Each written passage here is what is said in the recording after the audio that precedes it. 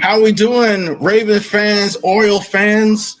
Thank you very much for joining us here for the Raven Sports Podcast, and especially today, you watching the thumbnail, the Terp fans. So thank you very much here. So definitely check us out, our Raven Sports Podcast here. We're our special edition here today. Definitely check us out. We're going to have our regular podcast every Wednesday. So check us out on Twitch, on X, and on YouTube, of course, right? So definitely check us out. Genesis Notary Services, Genesis Notary Services, Facebook.com in Winchester, Virginia. If you know, you know. So definitely check it out. Definitely getting calls every day about the notary business. Really busy doing that. I want to thank all of you in the Winchester area for that. Check out our links for Fanatics and, of course, of our website, the flagship, ravorisports.company.site. And we got a special guest here today for you Terp fans. We got one of the 25 best Terps of all time, I think, and when I put out the list here. One of the guys who held it together at a difficult time in the history of Maryland basketball, maybe the most difficult time in the history of Maryland basketball. Derrick Lewis is joining us here on the Raven Sports Podcast. How you doing, Derrick? How you doing, Coach Lewis? I'm fine. How are you tonight? I'm blessed and highly favored. I'm encouraged, brother. I try to be. Thank you for joining us here as well. And this was easy to invite you on. I want to thank you for coming on. One of the best players in the history of Maryland basketball. That's not hyperbolic when I say that. All-time leading shot blocker still currently, right? That's still in the books. That's because nobody stays in school for 4 years anymore. They all leave early. So as long as that's going on, I should be safe. Yeah. First thing I did definitely researching this, the recruitment of you at Maryland.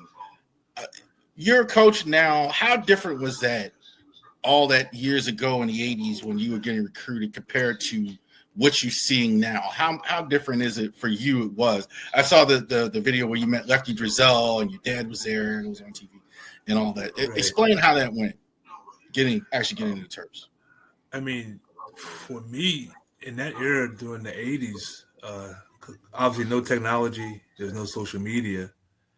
You had to go to camps. You had to go to 5-star. You had to be invited, first of all. So I went to 5-star basketball camp. Howard Garfinkel was there, Kachowski. And if you went to that camp, you're probably going to play Division I basketball. Obviously now you have to market yourself. So a lot of players are being proactive and sending out video and contacting coaches, emailing coaches. We didn't have all that then. This was word of mouth. Hey, did you see, I went to Archbishop Carroll. Did you see Archbishop Carroll play DeMassa last week? They got this kid over there. I think you need to take a look at him. And that's how the recruiting process was then. I was fortunate. I did a story actually on Frontline in 1984 that kind of helped to put me out there also. But again, no social media. There's no ESPN. There's no cable TV. All TV channels were free. We had, I think, 6 channels, 6 local channels. There was no national stuff. So it was quite different than it is today.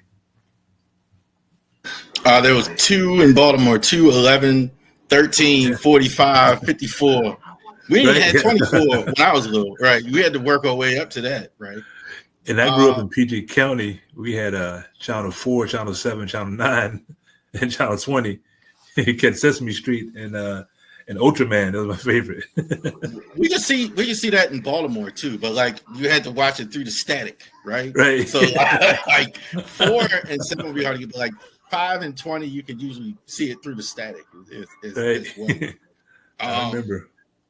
You talked about that. So you went to the University of Maryland, and you played there your freshman year, and you played what I thought one of the greatest basketball players that this generation ever saw, Len Bias. When I say Len Bias was a better player or as good as Michael Jordan, people kind of look at me like, because it never happened because of the tragedy that happened. But I mean, we're never going to know, obviously, but that's not inaccurate when you say that Len Bias was as good or certainly nearly as good as Michael Jordan was. I think there'll always be an argument for For me, I kind of had a view of both. I was drafted by Chicago Bulls, so I had to guard Michael Jordan every day in practice for a few weeks. Two different types of players, both spectacular, both fun to watch, both dominant in their own fashion. Obviously, Jordan was a guard and Lenny played the small forward. I know at the time coming out of college, I felt, okay, he's, looking back now, I guess 5 years in, I said he's going to be just as good as, or just as dominant. To me, Kevin Garnett was dominant. Charles Barkley was dominant. Throwing Michael Jordan dominant, but they were dominant. I felt Lenny would come in at that level in the beginning of his career as dominant as Charles Barkley and Kevin Garnett, Tim Duncan, good player, but not as dominant as Jordan. I think that's where he would have fit in. Now, afterwards, when he had gotten to Jordan's level, that's what we can always argue, because there were two different types of players. Lenny was, put the ball on the floor one time and jump over everybody to shoot a jump shot. Never seen anybody jump that high on a jump shot. And again, playing against him every day in practice for 2 years, I saw it firsthand. But I mean, it's just an interesting question, just to try and figure out, who would he have been as dominant as Michael Jordan is? Because for me, he's still the best player ever played. Jordan is. We'll never know, but I got to tell you, like, I saw it like when I was a kid, and it wasn't that far apart. I mean, if it was, they weren't the same type of player. I think if Len Bias, had survived here, was still among us, I think we definitely would have had that. Left-hander, Lefty Driesell, like the late Lefty Driesell, was the coach. Yeah. Long-time Terp. He was there. He recruited you. Right. Well, my dad used to hate Lefty, man. He used to yell at the screen and yell at Lefty because Lefty was nothing like you see today. What was it like working with the left-hander? Well, I'll say this. The University of Maryland wasn't my first choice of school. They weren't even in my top 10 when I was my senior year. I ended up going to University of Maryland because we said, let's have Lefty come in since it was my hometown school. I said, at least have him come in for a visit. So when he came to the house, came to the door, my dad answered the door. Coach took his shoes off. Coach took his shoes off, and he went and sat in my dad's chair. And I looked at my dad. I said, "Uh-oh, this is not going to go well." And that I said, "This is the beginning of the end. He's going to throw him out." You don't sit in the chair. You don't sit in the dad's chair. I never sat in the chair. I never sat in the chair. But he went over and sat right in my dad's chair. And he said, "Okay, Mr. Lewis, how can we get Derrick to come to University of Maryland?" And they kind of went from there. It wasn't so much about selling the university. It was just letting me know, let my family know he was going to be there as kind of a dad away from home, and that's how he treated all his players. And not that the other coaches weren't. I visited University of Virginia. I visited University of Michigan, Notre Dame, Villanova. They were all great coaches. But it's something about coming there and just making himself comfortable as if he lived there. And he said, "I'm going to take care of you like your parents do." And again, I decided to go for an official visit, and there were a couple of players there that went to high school with me, or Jeff Baxter went to high school with me. Obviously, I met Lenny, Adrian Branch was there. Some of the other all guys. outstanding players, by the way. If y'all don't know these names, Adrian Branch, Lenny Baxter, all that. Go ahead. I'm sorry. Yeah. No, and they told me the advantages of coming to school there. I wanted to go away from home. My mind was set on leaving. I wanted to go to North Carolina, or either looking at University of Michigan. I wanted to get away from home. And they said, no. So if you come to Maryland, it'd be just like going to school away from home. You'd be on campus. And then Coach Driesell told me, he said, you don't ever have to go home unless you want some money or you want to wash clothes. I said, yeah, that makes sense. But it was a fun time. The recruitment, and again, the level of care that Coach Driesell showed. And obviously his son Chuck was there also. And I met he think he can coach. Yeah, that's what he said. They kept repeating that on TV. Like, I think I could coach. I think I could. Every time you saw a Lefty Driesell clip, they would talk about that. What don't we know about Lefty? What do you know that me watching the games and watching what would people be surprised to find out about him? Wow. Yeah, that's a tough question. There's so many things that kind of surprised me as far as I see a coach again. Obviously, I talk about him being a father figure to the players. Um, he was exactly like a dad. I remember my freshman year, and we had just got back. We lost to NC State, and we came back and got to the dorms. And here's Adrian Branch. Come on, DL. Let's go out to the. We're gonna go down to get some pizza. We're gonna go hang out at the student union. So let's go do that. And Coach told us that we had curfew to go to bed.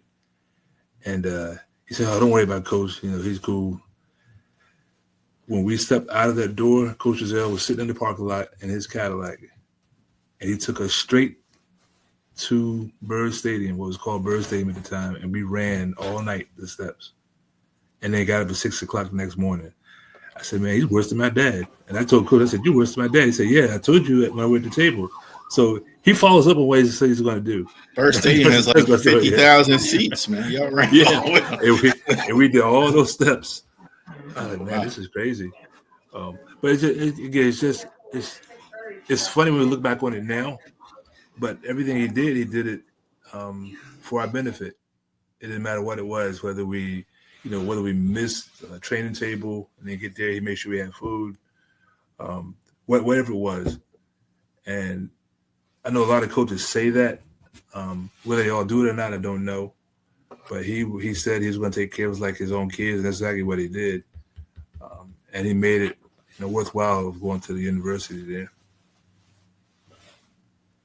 So, because of the tragedy, in part because of the tragedy with Len Bias dying on draft night, passing away rather on draft night. So Lefty leaves, a lot of backlash with the program, and then now comes in Bob Wade. Bob Wade was the best. Bob Wade. I don't think people realize he was a Baltimore high school basketball coach. But he was a nationally known coach. He was in national commercials. Dunbar was about the best team in the country in high school at the time, and people wanted Bob Wade. I remember that they wanted this to happen. But as he comes in, your playing time increased. Len Bias is gone. You become. I remember you were the center now on the team. Mm-hmm. Right? You were the guy. You were like one of the smallest centers in the ACC. What was the difference now for you, and also in that compared to how you came in? What changed for you at that time? Well, I'll tell you, I was a 4-year starter. The first 3 games of my freshman year, I didn't start. The 4th game of my freshman year, I became a starter, and I was playing awful. I was playing for more than 30 minutes a game my freshman and sophomore years. The difference was my freshman year, we had Adrian Branch on one wing and Lenny on the other wing. So we already didn't have enough basketballs for anyone else to shoot. It was going to be Lenny or Adrian. And they used to always go to Keith. Keith Gatlin was our point guard. It was funny. They always go to Keith. Keith, get me the ball tonight. Lenny go to him. Keith, get me the ball tonight. So this is fun to watch. And that's what we did. We watched them, shoot the ball, which is fine with me. We were All-American. I came into Maryland as an All-American. But we had All-Americans there. Keith Gatlin was All-American. Adrian Branch was All-American. McDonald's All-American. Terry Long was a McDonald's All-American. So we had guys there that were already All-Americans. And, All-Americans, we have a little bit of an ego coming in. So, we have expectations for ourselves. But the important thing at that time was that I was learning how to play. Lenny was teaching me. Adrian was teaching me. When the tragedy happened, when Len passed, going into my junior year, what made a difference is that I was the only player left on the team that had really played any amount of minutes that really counted. We had I remember that. We had guys that played a little bit, but I was a starter. I was a 2-year starter, and I had been playing 30 to 35 minutes a game. So I was kind of forced into a role of either I'm going to lead or am I going to fold up and not do this. We had all freshmen, sophomores. Myself, I was a junior. We lost some other players. Lost Keith, lost Massenberg for the season.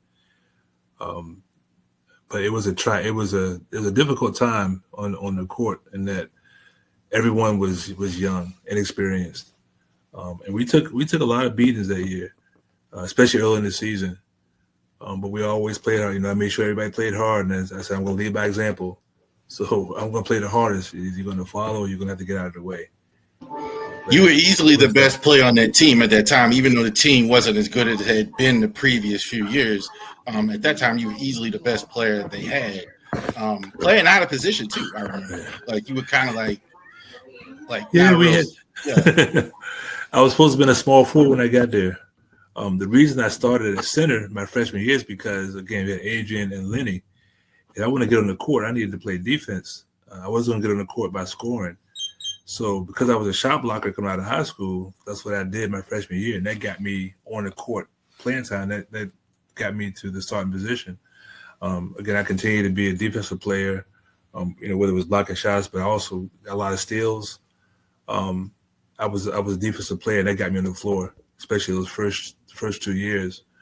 The third year, I upped the ante a little bit as far as blocking shots, the steals, and it's because it was just what we needed. And again, it was just tough coming in every night, knowing, that I was supposed to be 6'7", 195. That's what we put in the program because it looked good, 195. I was probably about 180 pounds, 6'7", 180, but we couldn't put that. I got to play against Brad Daugherty and John Sally and Yvonne Joseph. There's no way we could put 6'7", 180 in the program. So I was 6'7", 195. I heard you say after the game one time, it's like, I'm the tallest out there, but I'm the smallest here playing against all these big guys. It was tough, but I had to find a way. And for me, it was about I was a student of the game. I would learn all the play. We had scouting reports. Every team in the country has a scouting report. But I'm the only one probably in the country that would learn every play of every team before we played them. So if you said 2, I knew exactly where you were going.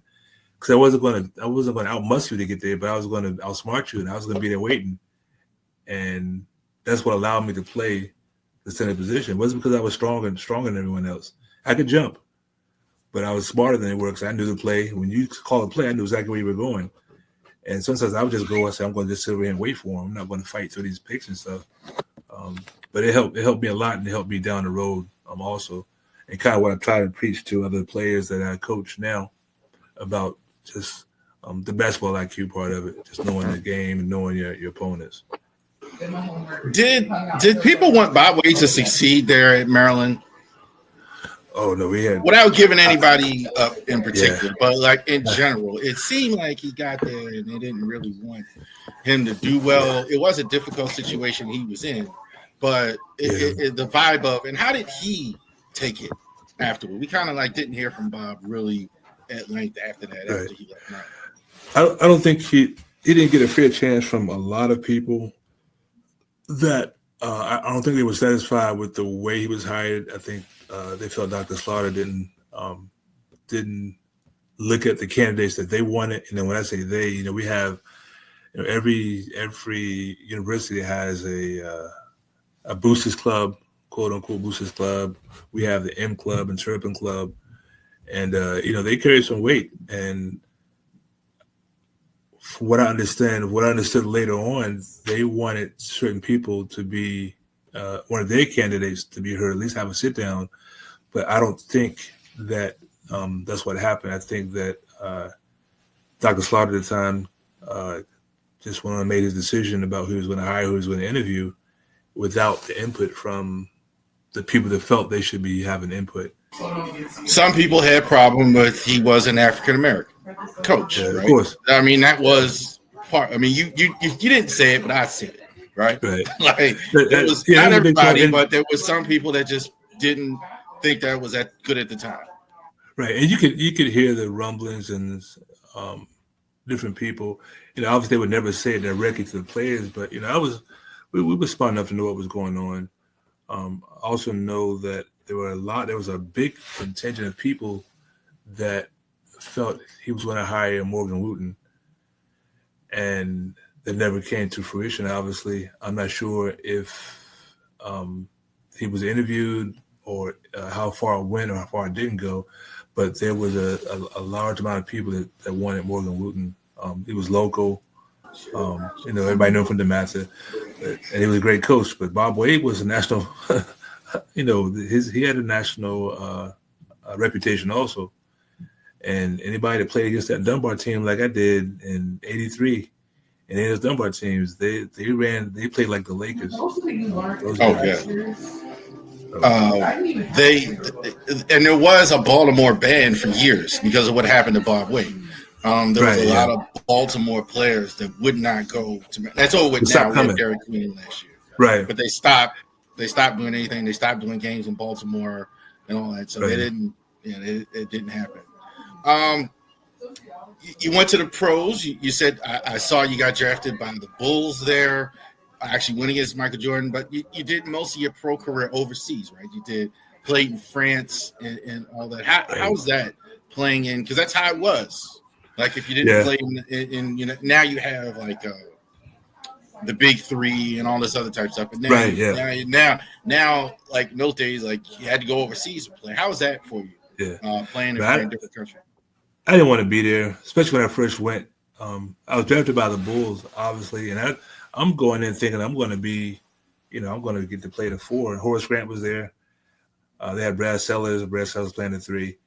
So I was looking. I say, I'm a 4. That's what I'm going to play.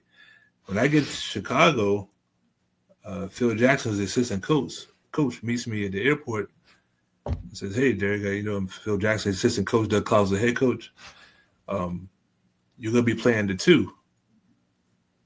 And, we got practice tomorrow morning, 10 o'clock. You're going to learn all the plays for the 2 guard spot." I said, "Hey, coach," I said, I don't play the 2. I play the 4. I don't play the 2. I didn't have any shooting guard experience. I was learning. I worked on my shooting before I left, but I wasn't a 2. So I got a bad draw. Now I signed a 3-year contract with Chicago. I didn't make the team. Obviously, trying to beat out Michael Jordan. They had Pippen there, John Paxson, Charles Davis. They had some other vets there, but I wasn't a 2 guard at all. Pippen was just coming in the league at that time as well. He was coming off back surgery. He had back surgery. He was coming off back surgery, but he was just coming to the league. So they would send me down to the CBA to Rockford to kind of get better, and never really didn't bring me back up. So the following year, I went over to France. I said, I'm going to go for 1 year, then come back and try to make it again. I went the first year, good experience. I came back and was in Lakers camp, Los Angeles Lakers. They wanted me to come back in the fall to their training camp and try to make the team. But when you do that, you lose out on going to France. So I didn't have anything guaranteed because I went back to France. And I did that for 3 summers. This following summer, I went to Charlotte. They were the Hornets at the time. In the meantime, I kept saying, I'm going to do one more year. I ended up doing 15 years in France. The 1 year kept adding up. So, but good experience. And in Europe, when you play in that city, you are the everybody knows you in the city, in that city you're playing in. So you become sort of the Scottie Pippen or Michael Jordan in that city. A lot of people say they're real. You are real rock stars in those towns where you're playing, right? It's just the whole. They're really basketball crazy in France, China, some of those countries over there. They really love basketball. They are, as long as you're playing well. If you're not playing well, they send you home very quickly. There's only 2 Americans per team, and if you don't, if you lose a game, they pick up the stat sheet. If you didn't get your 20 and 12 or whatever you're supposed to get, like, oh, Derrick didn't get his numbers. We got to bring somebody else in. They would send you home very quickly. I saw a lot of guys come and go when I was there for those 15 years. But as long as we played once a week, especially in the early 90s, once a week. So all you had to do was play basketball. You didn't have to cut the grass. They cut your grass. They did everything for you. But when Saturday night came, you better be ready to play. And if you weren't, that was going to be a problem. So it was a little bit of pressure for the Americans, and it's still that way as far as you better produce or we'll bring somebody else in. So you played a long time. You had a long pro career. Before I get to your coaching career, do you miss playing? I do. I still play. I probably shouldn't because I'm going to end up tearing something. Even last year, being with the Cows, I didn't play, but when I worked with the Postmen, I had to beat them up a little bit or try to. They had some big guys, but that's what I did for years. Playing the post. We played. Basketball was a contact sport when I played in the 80s and 90s. Now it's not a contact sport anymore. But when we played, it was a contact sport, and that's how I practiced against those guys. Hey, you're not gonna get anything for free. But yeah, I still play. I need to stop playing before I do tear something or hurt something, but I still do play. Wonder how Charles Oakley and Brad Doherty and guys like that would do nowadays. And John saw the thumbnail. John Sally, the Spider, would do nowadays, like in the way the game is played with all that physicality. They foul out. You can't touch anybody because somebody's gonna flop. But they wouldn't have cared. They're gonna foul out. They're gonna be all right foul out. They will. And I was taught a long time ago, somebody flops on you, you just fall on top of them because they started that flopping when I was over in Europe. So when they flop, just fall on them and just like this, and they'll stop flopping. It works. It worked in the 90s. But now, man, it's hard to watch sometimes. How long have you been coaching? Well, before I even get to that, one more. Was coaching the path you for sure were going to go down after you stopped playing? Was anything else? You've been in basketball your entire life. Was there something else maybe that you want to go into besides maybe on the management side or other business or anything else that you want like after you're playing career? My original plan was to join the FBI when I retired. When I retired, I was 38. I was 38 and 9 months, and I think I was 6 months too old to join the FBI. I said, I'm probably in better shape. I was just coming off the season. I said, I'm probably in better shape than most of the FBI is anyway. I said, can I at least get a waiver? They said, no, you have to be. I think it was 38 and 3 months or 37 and 3 months, whatever it was. I was a few months too old, so that plan went out the window. It was Gary Williams who said, Derrick, you should. I was helping at basketball camp. He said, you should run your own basketball camp. I said, I don't know how to do a basketball camp. He said, sure you do. He said, you've worked at camps before. You see how they run. He said, there's nothing to it. You should do that. He said, and then get into coaching. So he was kind of the first one that mentioned it, along with Coach Giselle, who was still living at the time. He said, you should do that. He said, because a lot of people that do run camps and that are coaching that don't know what they're doing.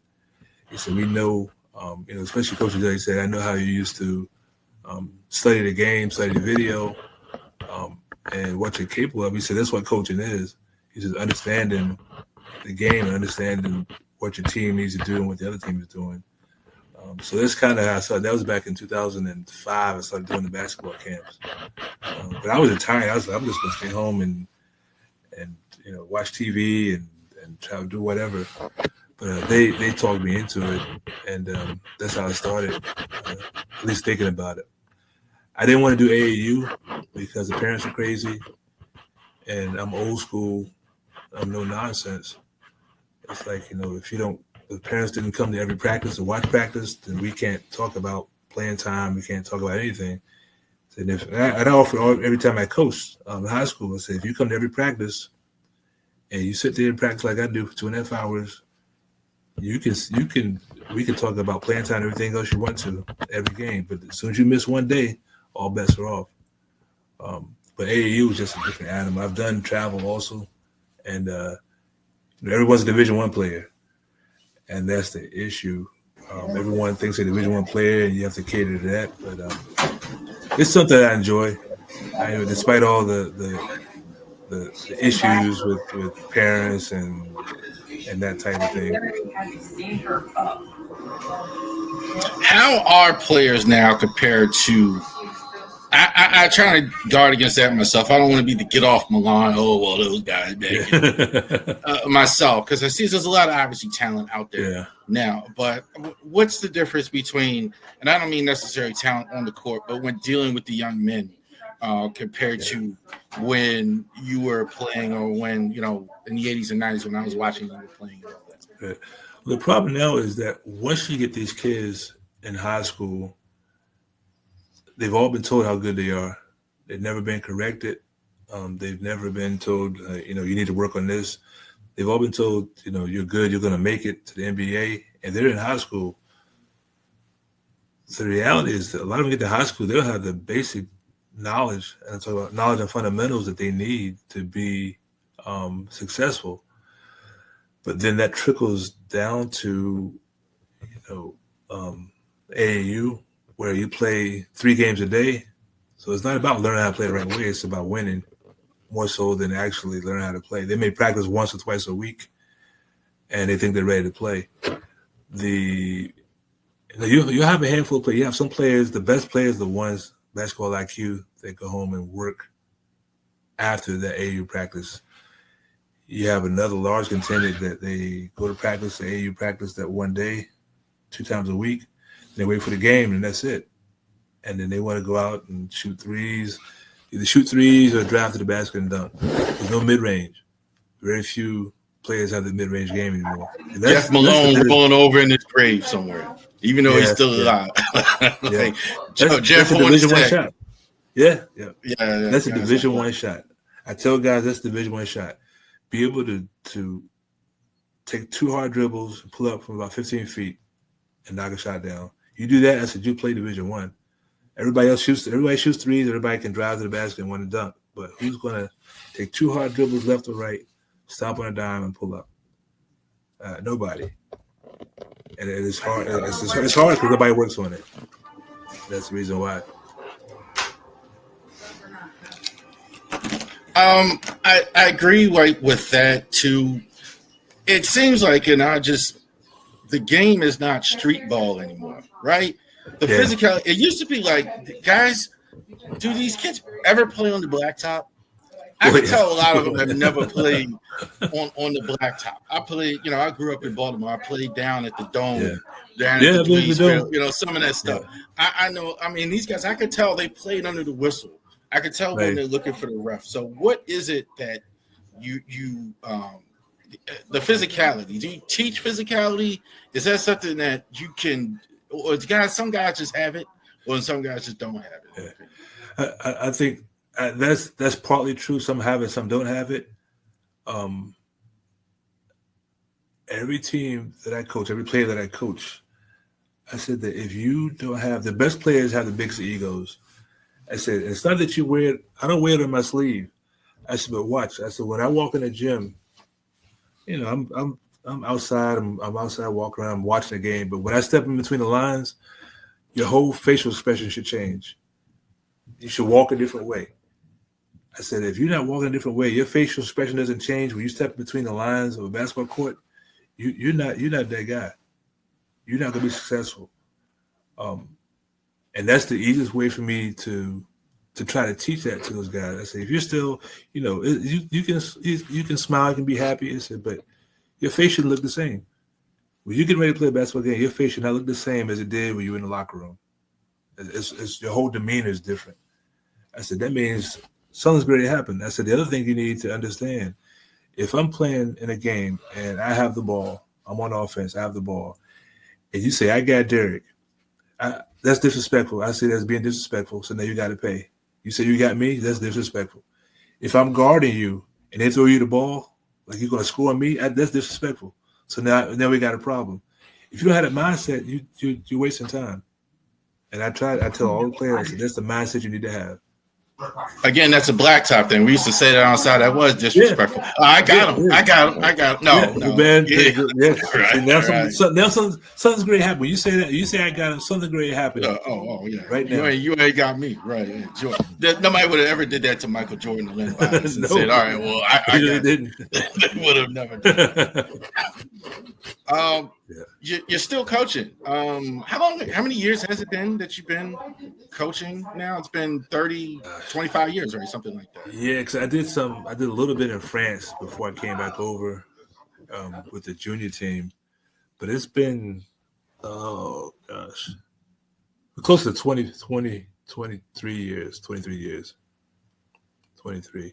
Because I came back and coached in high school, started on the JV level when I first came back. Then I coached varsity, then again the year CCBC, AAU, and then this past year with the Cows. It's about almost 23 years, 24 years now. You're with the Vipers now, the Valley Vipers. I talked to Kirby a couple of weeks ago. He was telling me, and he gave me the press release, how you're coming in. I was so excited that you're going to be here. As far as coaching, what can we expect from you now as the coach of the Vipers now, going ahead coaching this group of young men who are, look, you never know who comes nowadays. The players come from everywhere. You look at guys like John Starks and Mason. Right, yeah. And I mean, there was no path for those guys. Those guys went all the way to the NBA. So you never know what these guys. What's your goal with a lot of these young men here still fighting to play pro and have a career like you had, at least what you had overseas, etc. I guess for me, just the fact that I've been where they probably want to go as far as the professional level. And again, I wasn't the strongest guy. I probably wasn't fast. I could jump. I had attributes, but I worked hard. And, seeing the guys play, the Vipers play last year, they had some good players in that team. They probably should have gotten us a couple of times. I think we did beat them each time. They had some good players in that team. Like, man, this guy right here, that's a nice move. And I'm watching, I'm analyzing other players and writing stuff down. But my goal in coming in to help the Vipers and Coach Ed is that I like to help these guys get to that next level, where it's going overseas, get into the G League, or obviously the NBA. And I'm actually helping a couple of Cows players right now with some contacts I have over in Europe. All these guys can play. It's just that it's so competitive now that if you don't have, one, the right mindset, and two, you're not working on the right things, you're just another player in the bunch. But these guys, and again, I don't know their names. I don't have the roster in front of me, but I kept all the rosters from every team. I had little stars next to him. This guy does this. This guy does this. This guy can't go left. This guy can't go right. This guy goes left every time. This guy likes to take 2 dribbles. I can probably break down. If I go and get my notes, I can probably break down those players that were on that team last year just from their tendencies, what they like to do. But my goal is, again, to get them beyond that, make them so that when they do step in between the lines, like, oh, man, I got to guard this guy. That's how people should feel when they step between the lines and they're playing against the Vipers. Oh, man, I can't believe I got to guard this guy tonight. That's how somebody should feel when they step on the court. That's what I'm looking to establish with these guys, whether it's the physicality of the play or just being that guy, like, man, nobody wants to guard him. Once they get to that point, I mean, the door is open. So what's the best player you've ever worked with in terms of as far as that outside? You said Michael Jordan, but that's obvious, right? But so somebody else. I mean, what would you say is a name that people wouldn't know as a player or a coach? Man, that guy was just blew my mind every day as a player. I'm going to tell you this. There's a guy that played in the NBA. He was in France. I played with him in France. Actually, I played with him and 2 of them. There's a guy named Mikel Petrus, Boris Diaw. Boris played in San Antonio. Michael played in Boston for a while and played in Miami. When I was on that team, there were 2 young guys, 18, 19 years old. I was 34, 35. They were being talked about as potential draft picks for the next draft. And the 2 of them, they were young, didn't understand the work ethic that I thought they needed to have, especially Michael. Boris was a little bit more advanced, but Michael was he was a comedian. He had a brother on the team, and I said, Mike, if you want to play in the league, which I think you can do, you're gonna have to, again, the same thing. You're gonna have to step up and act like you really want it. From that conversation we had, that was in October. We played one-on-one every day the rest of that season, before practice, after practice. and working on a certain side. I tried to rough him up. Michael was a guard. He's a 6'3", 6'4" guard, but he could jump and very athletic. Those two guys did well, especially Boris. Boris played in the NBA probably, I think, 10 years. He's in San Antonio with Tony Parker. Tony was a kid also when I was in France. So all those French guys I played against, but I was on a team with Michael and Boris Diaw. And I look back, I'm like, yeah, these guys, I know where they were when they were young and they weren't ready, but they got ready real quickly. So again, it wasn't my doing because they put in the work. But I can say, I got a chance to beat them up and tell them, this is how it's going to be when you get there. And I think that helped them out a lot. Boris Diaw, too, was one of the few players that I remember as a Laker fan who stood up to Kobe Bryant consistently. So many guys were intimidated by Kobe Bryant. Boris Diaw, I remember watching him. Boris Diaw would throw him to the ground if need be.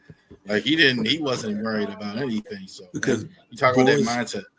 Yeah, he grew up playing in the EuroLeague, which is probably the best league outside the NBA over in Europe. And, he played against, you look at all the European players that were there. He probably played against Ginobili, played against Nowitzki. He played against all of those European guys. He played against maybe Kukoc at one time. So all those guys that came up in Europe, he was already getting experience playing on that level against those guys. And when I was on that team with him, you were going to be scared. We had 2 starting fives, and our practices were tougher than the games. So if you weren't putting out in practice, you weren't going to play because we were killing each other in practice. We were good friends, good teammates. But when practice started, and again, we were between the lines, it was something was going to happen. And there's no way I was going to let an 18-year-old, 19-year-old do anything to me. I'm 34. I've been in the league a while. But they got that mindset. And Boris, he's a big guy. He put on, he got in the weight room, got stronger. And I said, that's the one thing, just don't be afraid. They're going to test you. You go to the NBA, you're a French guy. I said, you're going to be tested because you're a French guy. But he was not afraid. One last thing we want to ask you. You're coaching with the Vipers now. What's next for the legendary career that you've already had basketball? Well, I'd like to see us win championship this year. That's the biggest thing. I mean, we were one series away this past year with the Cows. But I've always wanted to coach at the highest level possible. Me becoming an old man now, the longer I wait, the harder it gets. But everything is always a stepping stone. Even this podcast, a stepping stone for me getting into the Vipers and getting in the organization and showing that I do care about what happens to the organization, those players. And I think it starts from there. It's not always about, I can coach. I'm not going to say like Lefty, I can coach, but I understand the game.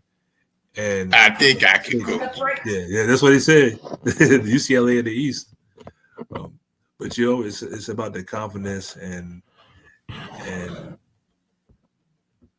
not rushing to get to that next level. Again, I'm not a young spring chicken like Lefty say. Not spring chicken anymore. But if the opportunity ever came, I'd love to go as high level as possible. I'm not interested in going back to Europe. I've had chances to go coach over in Europe. I spent 15 years over there. Both my kids were born there, but I'm not ready to go back to Europe. I don't think that's going to happen to coach there. Do your kids play ball? Does your kids play? Are you interested in basketball? Yeah, that I take it as a no, coach, right? My daughter, she retired at 12 years old. I let her play volleyball. She said, Dad, I want to try volleyball too. I said, yeah, that's fine. It's good to play. I played 3 sports in high school. Yeah, it's good to play other sports. Man, she picked up the volleyball, and now she won't touch. After that, she wouldn't touch the basketball anymore. 12 years old. I was so disappointed. So every time she was going up to spike it, I said, man, that could have been a rebound or a block shot. It still made me mad today. There's nothing worse than going on your basketball court and doing this with the volleyball on the basketball court. And then my son, he grew up in the what I call the cell phone era. His interest wasn't there. Yeah, I had to cut him his junior year in high school. He didn't want to put the work in. Well, maybe he'll succeed in something else there. That's well. I wasn't any good either in basketball by the time, but I mean, your son. I mean, you started about 12. That's about the time I stopped being a good player. I was pretty good up until that point. Once I got to high school, I wasn't that good. Coach, I had expectations. Thank you, sir. Thank you very much. I appreciate. Thank you for your thanks for having me. Great career here, and also to all of you watching on all of our social media platforms. Check us out on all of our social media platforms this week. Definitely this weekend. Terps coming up. Basketball coming up soon. Terps football this week. I know Derrick's going to be watching the Terps football this season, yes. So we're going to check it out. Around from last year. I know, Coach likes it. All right. Well, real quick, outro. What do you think about now? What's going on now? Kevin Willard, the whole situation. Before I outro there. You have any thoughts on that, Coach? It's tough. I have met Coach Buzz. He's really motivated. I mean, we're all motivated when we get a new job, but he's going a step further in trying to include alumni and just reaching out to us. That's the first thing he did when he got the job. I'm excited about the basketball program, what's going to happen, what I think is going to happen. Obviously, a lot of people are happy with how it turned out with Coach Willard and the things about why he left and how he left. But we gotta look. I just said, look past it. That's a very nice answer, Coach. You try to be nice there. I didn't say that when it happened. I didn't say that. I had some other words that I said like some other people. I hear it. Yeah. All right. You a very, very, very professional answer from the coach. A lot of Terps. Sure, he's angry like a lot of former Maryland Terps. Thank you, sir. And thank you very much for watching us on the Ravery Sports Podcast. Like and subscribe to all of our social media platforms. You have a great day.